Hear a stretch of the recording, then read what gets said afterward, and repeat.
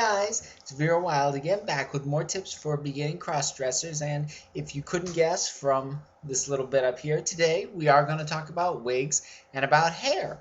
And wigs are incredibly important, and it really does complete the look. Because even if, as a man, if you grow your hair out and have longer hair, which I actually did at one point, it's still not the same as having a feminine style to your hair.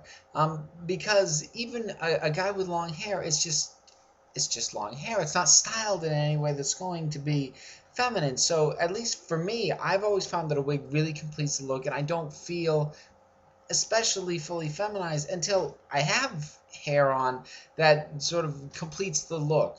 Now, I'm not going to talk about wig styles because that does vary so wildly from person to person, your own sense of style, and even from one outfit to another. So I'm not going to talk about that, but I am going to talk about a few general things about wigs that I think hopefully folks will find useful.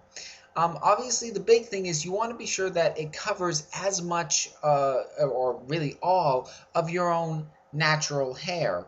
And sort of the big issue with most of us is sort of the sideburn area. So you do want to be wary of that. But also going along with that, I really recommend, especially if you plan on ever going out in public, to get a wig that is as close as possible to your own natural hair color, if not an exact match. Now, it is obviously a lot of fun to get either outlandish wigs like what I have today, or to get something that isn't your own natural hair color because it makes you feel more transformed. But there is something to consider as far as that goes, especially if you have darker hair and are trying to go blonde, because almost inevitably, at some point, your natural hair is going to show through. It could just be the wind blows it back, and in my case, you can see sideburn there if I brush this back, tuck it behind the ear, or anything like that. But also, it might be peeking out in the back or on the bottom, or just in little patches here and there, especially over the life of the wig, because as you maintain your wig and just by brushing it out, some of the hairs are going to come out. It's inevitable. You can't help it. And the hairs in a wig won't grow back. So eventually you will start to get little patches where it's just not as full as it used to be. And if it's matching your own natural hair color, you actually sort of extend the life of the wig because it's not noticeable. It's not like you've got a hole in a blonde wig and suddenly, well, there's really dark hair. That is noticeable. But if what's being revealed is the same color as the rest of the wig, it actually isn't noticeable. You kind of get away with it, and that's a good thing for those of us who can only afford less expensive wigs and can't afford to buy them all the time. A few other things with wigs, you do really, even more so than clothes, you want to try it on, and you really want to get a look at it, because it really does need to be seen with your face. With clothes, I mean, you can see them on a mannequin, you get an idea, but wigs, they just have on these fake heads, and it's not about the shape of the head, it's about your face. And you need to see it on your head in conjunction with your face, because you'll see things that's like, ooh, that's a nice style, but then you buy it, you stick it on, and it just doesn't work for you. So you do really need to try wigs on. Now, I talked about shopping before, and this kind of factors into that as well. If you go to anything that is a dedicated wig shop, or a dedicated wig department in a department store, I can virtually guarantee you that they have had some experience with dressers, and you can really feel free to ask without a lot of shame. And sort of what I said before applies, which is as long as you're spending money, they don't really care who the wig's for anyway. But if that is a little too much for you, if that sort of scenario does make you too nervous, another very good option is costume shops. If you go to larger costume shops that deal in more than just sort of the complete costumes in bags, then they usually will have some sort of wig selection. And if the sort of premise that you give them is that you're buying for a costume, you really can't go crazy. You can try on any wig you want, and it's not going to matter. They'll assume you're going to some dress-up party or for Halloween or what have you.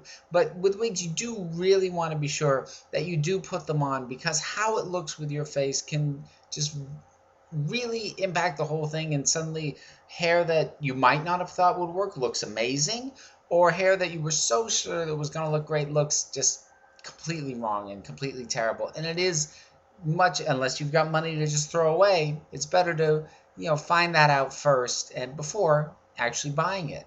So that's sort of about it for what I was going to say with wigs. As I said, I wasn't going to get into styles. So again, to recap, I recommend getting something that matches your natural color.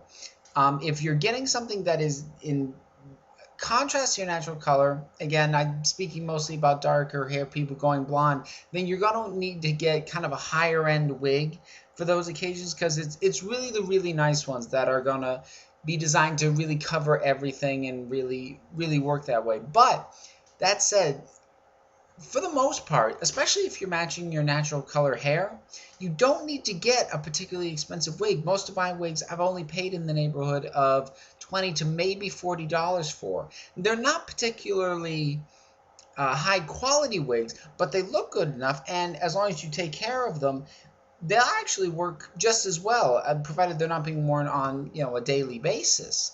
So there is a little bit of maintenance involved in a wig. You want to, if you can get a wig stand to put it on, that is best. Otherwise, you want to keep it probably in the bag that it came in originally.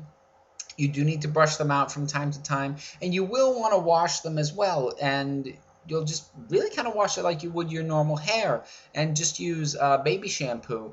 The one bit of caution when washing it is actually not that difficult, but what happens is if it's curled in any way, it'll all straighten out, and so you will want to have some curlers to reset that, and not hot curlers, because this is synthetic, it's acrylic, it'll burn. But just sort of dry, sponge rollers are really good for that. So I think that's about it for wigs. They are a ton of fun, and you can, sort of like with eyelashes, like I said in the past, you really can go crazy with wigs. You can go for something really natural, or you can just go completely nuts. It really is up to you, and there's a lot of fun to be had with them. So hope you found that helpful. Until next time.